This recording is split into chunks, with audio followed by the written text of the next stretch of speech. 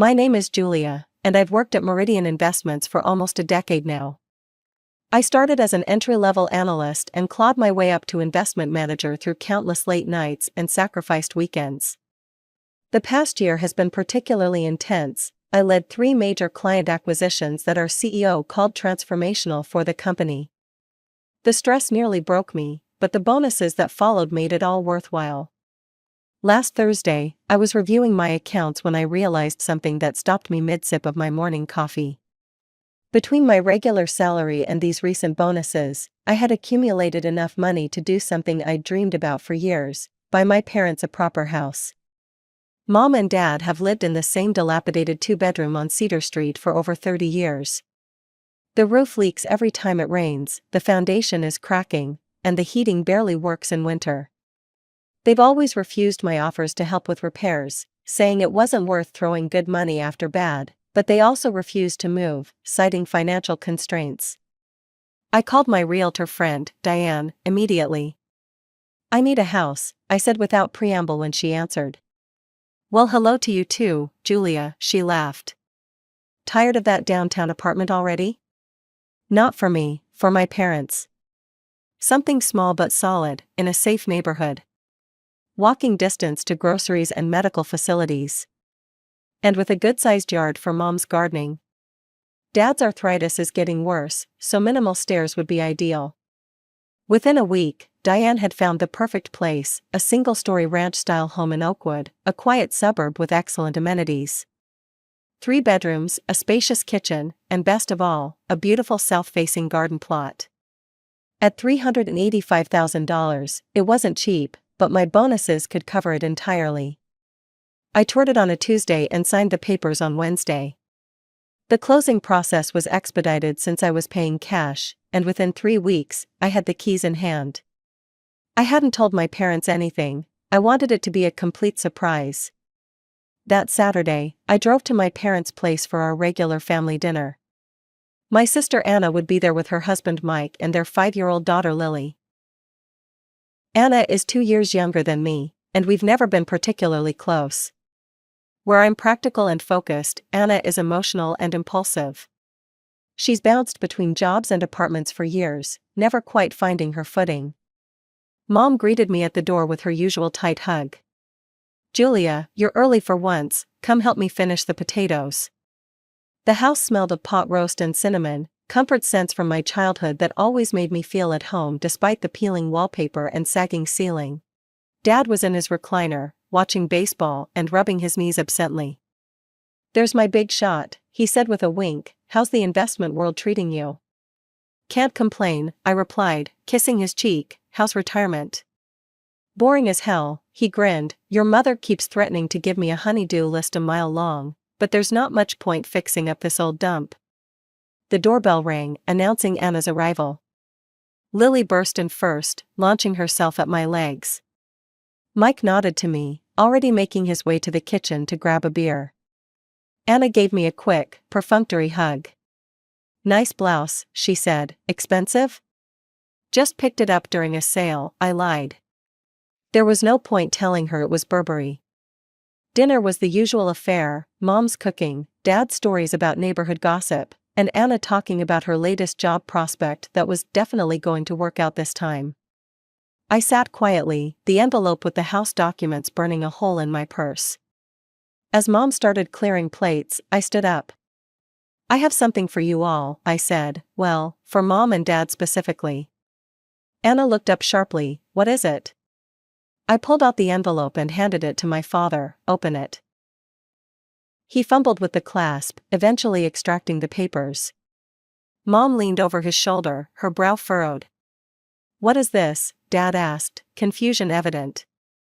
"It's a house," I said simply. "Your house, if you want it. Fully paid for, no mortgage. It's in Oakwood, near the shopping center and the medical plaza. 3 bedrooms, all on one level. And Mom, there's a garden that gets perfect southern exposure." The silence was deafening. Mom's hand flew to her mouth, and Dad just stared at the papers. "I don't understand," Mom finally whispered. "You bought us a house?" "Yes," I nodded. "You deserve a nice place for your retirement." Somewhere safe and comfortable that won't fall down around your ears. I pulled out my phone, showing them pictures of each room, ending with the garden. Mom started to cry, and Dad wasn't far behind. They both stood and enveloped me in a hug that nearly knocked me over. Over their shoulders, I could see Anna's face. Her smile seemed forced, her eyes hard. Mike was staring at his beer, clearly uncomfortable. "Wow, Julia," Anna finally said, "that's really something. Congratulations, Mom and Dad." But the congratulations sounded hollow, and her smile never reached her eyes. The next day, I picked up my parents early in the morning to show them their new home. Dad was uncharacteristically quiet during the drive, but Mom couldn't stop talking. "I still can't believe this is real," she said for the 10th time. "Our own house. And in Oakwood, of all places. Janet from my book club lives there, and she's always bragging about how nice it is." When we pulled into the driveway, Mom gasped.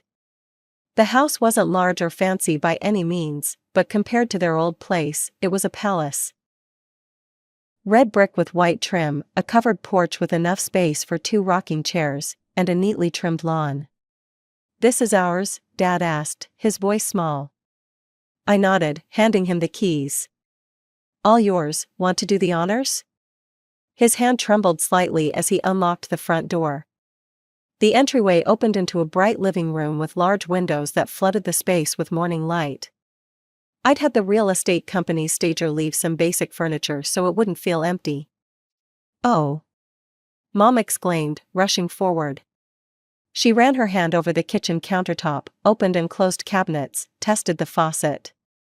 "Look at all this counter space. And a dishwasher." Dad slowly made his way through each room, touching walls and door frames as if confirming they were real.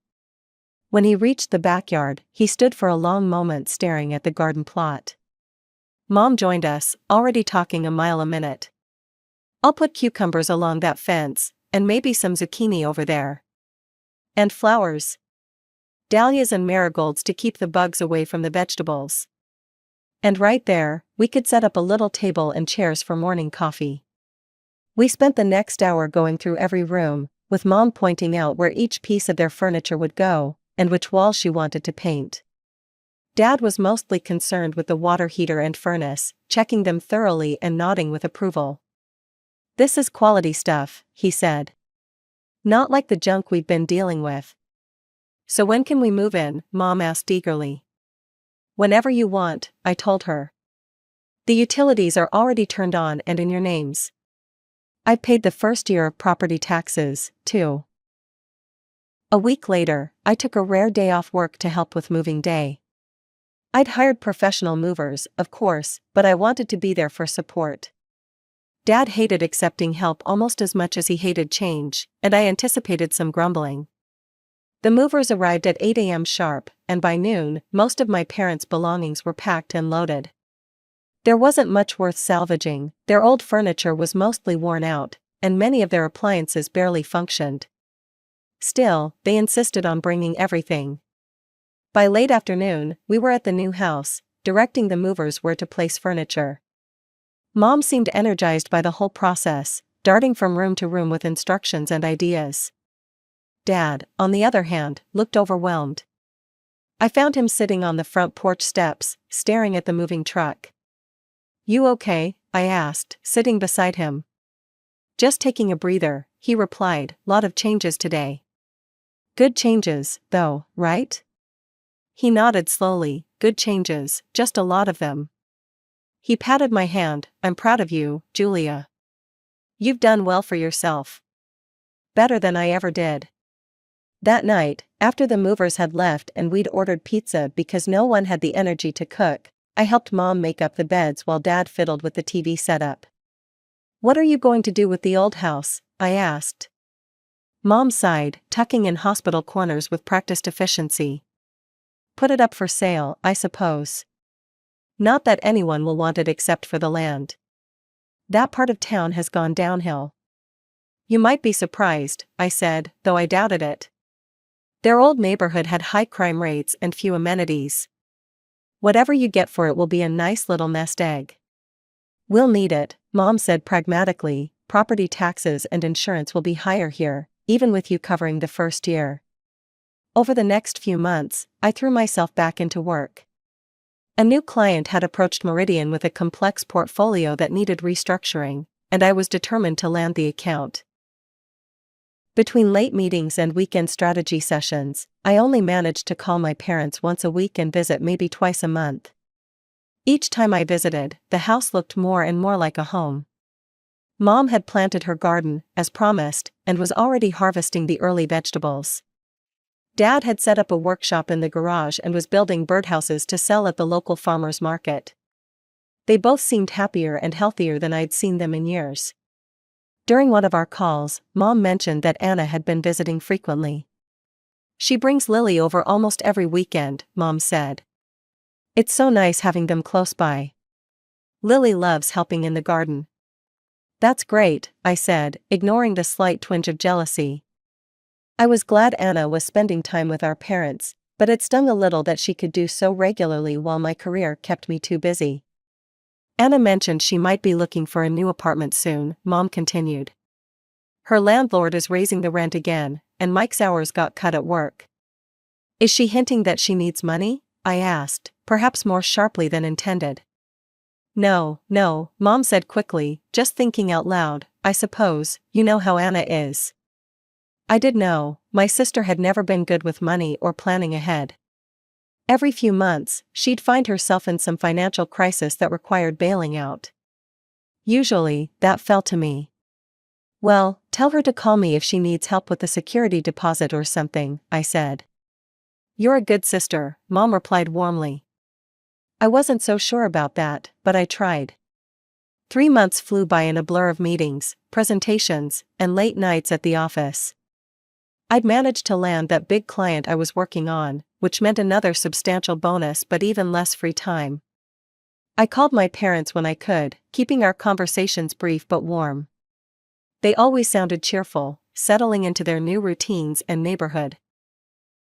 Dad had joined a veterans group at the community center, and Mom was now part of the local garden club. One Tuesday evening, as I was about to head home after a 14-hour workday, my phone buzzed with a text from Anna, having my birthday at Mom and Dad's next Saturday. 6 p.m. Family and some friends. Be there. I frowned at the screen. Anna hadn't mentioned planning a party during our last awkward coffee meetup 2 weeks ago. It made sense, though. Anna and Mike's 2-bedroom apartment was cramped even for just the 3 of them. The new house had a spacious living area and backyard perfect for entertaining. I spent the next few days trying to figure out what to get Anna.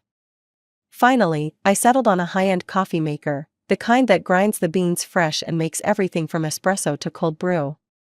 Anna was obsessed with coffee but always complained about the cheap machine she had. This would be perfect. Saturday arrived, and I pulled up to my parents' house just after 6. The driveway and street were already lined with cars.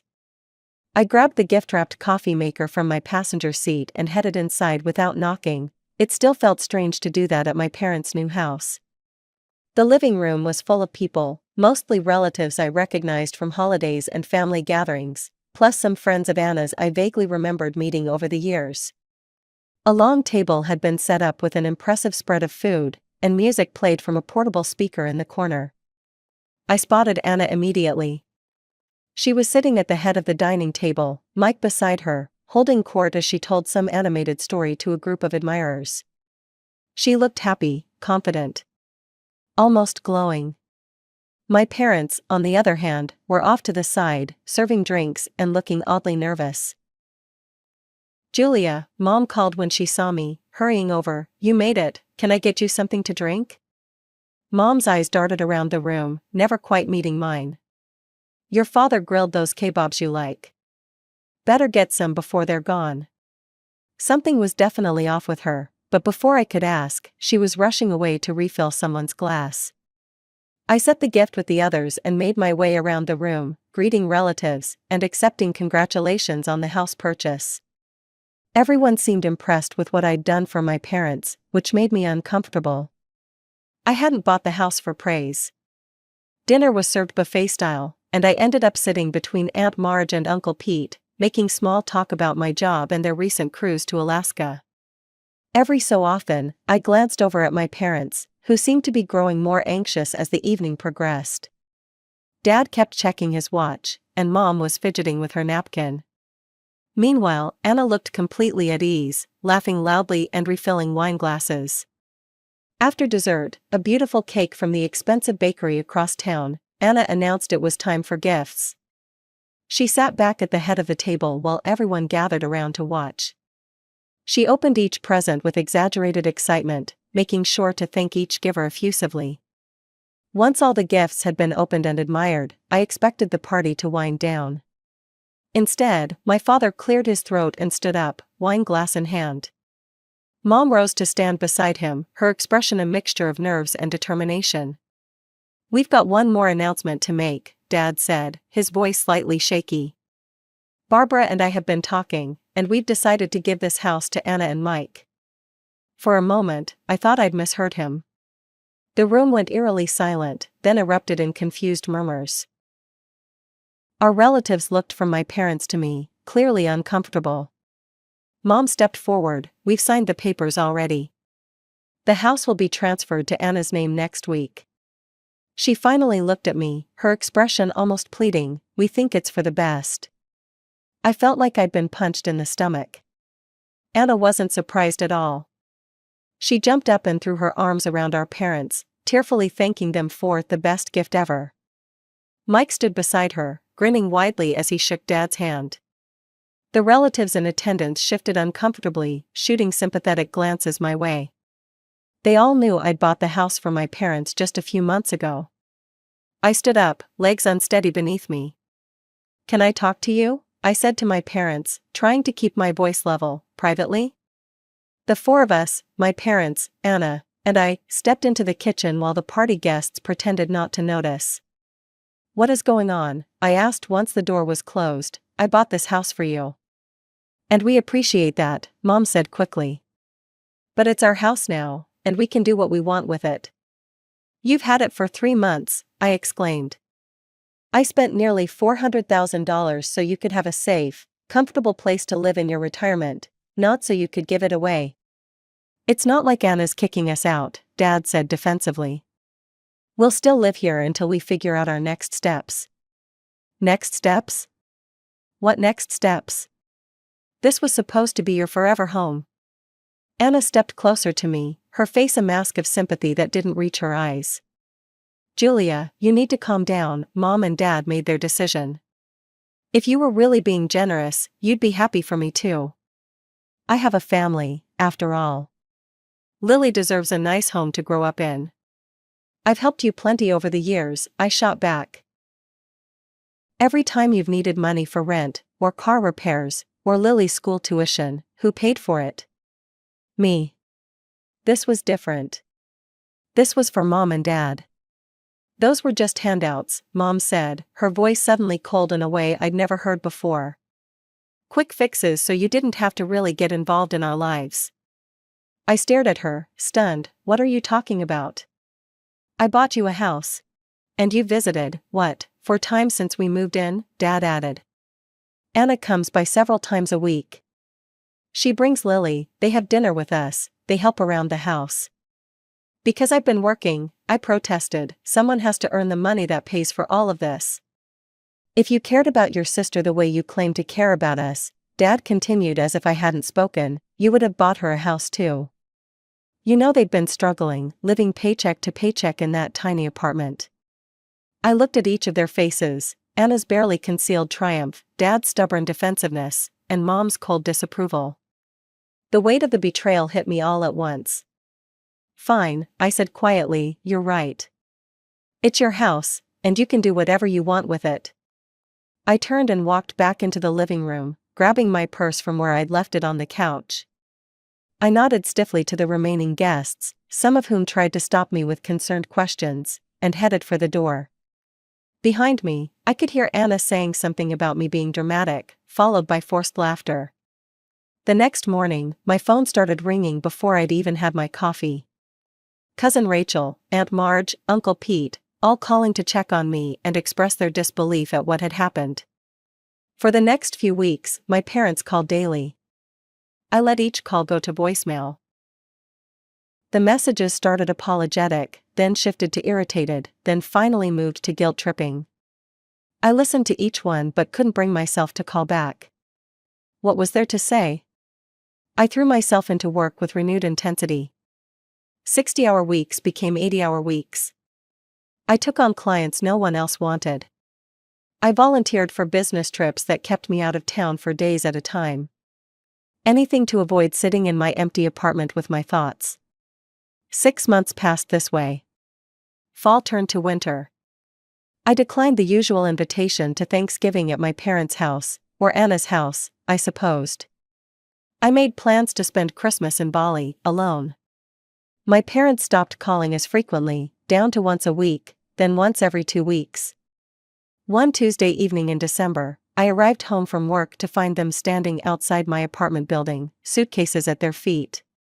They looked older, tired, and out of place against the sleek modernist architecture. "What are you doing here?" I asked, not bothering with pleasantries.